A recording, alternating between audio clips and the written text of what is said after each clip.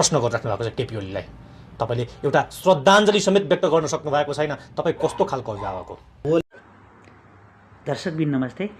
यो भिडियो अन्तिमसम्म हेर्नु होला है त। दिदीले के भन्ने हुनुहुन्छ, सारमा पत्रकार पनि आउनु भएको छ, तर भावुक हुँदै आफ्नो सन्तानहरू गुमाएपछि है देशका बालबच्चाहरू घुम्दाखेरि सबैले भावुक लाग्छ, हामीलाई पनि लाग्छ। हामी पनि विदेशमा छौँ, हामीले नै आफ्नो देशका जनताको माया लाग्छ नि त।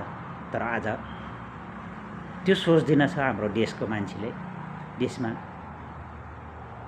त पार्टी यस्तो म पार्टी यस्तो भनेर खिचा तान्न जान्छ। तपाईँहरूले त्यो दिन घटनाको दिन के भइरहेको थियो त्यो बुझ्नुहोस् न।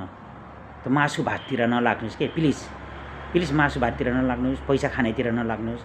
किन पैसा तपाईँहरूले आज र पैसा खानुहुन्छ, आज र मासु भात खानुहुन्छ है, भोलि त आफ्नो घर परिवार चाहिने हो नि त।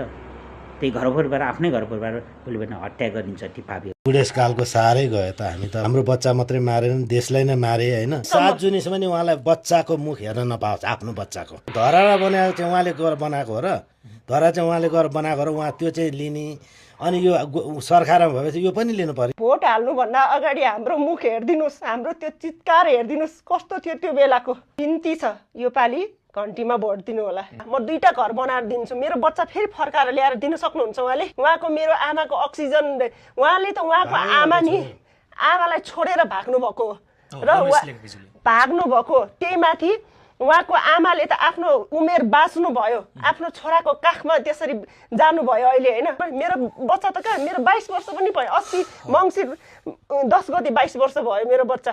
अब के हुन्छ थाहा छैन, तर एउटा आशाको किरण भने पलाएको छ। रासोपाको समानुपातिक सूचीमा पर्नु भएको छ। रासोपाले गरेको एउटा राम्रो काम मध्येको काम हो। यति वर्षसम्म हामीले हेऱ्यौँ पुरानो पार्टीले यस्तो गरे होइन, हाम्रो बच्चा मात्रै मारेन, देशलाई नै मारे होइन। बुढेसकालको साह्रै गयो त। हामी त भन्नु जे जस्तो पनि बुहारी ल्याउँला, हाम्रो कति चाहिँ इच्छा आकाङ्क्षा थियो होला भन्नु न। वंश नै निमट्यान पारिदिएको छ तत्कालीन अवस्थाको सरकार। भोट हाल्नुभन्दा अगाडि हाम्रो मुख हेरिदिनुहोस्, हाम्रो त्यो चित्कार हेरिदिनुहोस्, कस्तो थियो त्यो बेलाको। बिन्ती छ यो पालि घन्टीमा भोट दिनु होला। 76 जना बच्चाको आमा बाउको मुख हेर्नुहोस्, बिन्ती गर्छु यो पालि राष्ट्रमा भोट हालिदिनुहोस् र घन्टीमा भोट हालिदिएर हाम्रो 3 जना ब्रह्मा विष्णु महेश्वरलाई जिताउनुहोस्, यति भन्छु म। ब्रह्मा विष्णु महेश, मैले नामै राखिदिएको छु, ब्रह्मा विष्णु महेश्वरलाई जिताउनुहोस्, अर्थात् रवि बालेन कुलमान, यति प्रश्न गरिराख्नु भएको छ केपी ओलीलाई।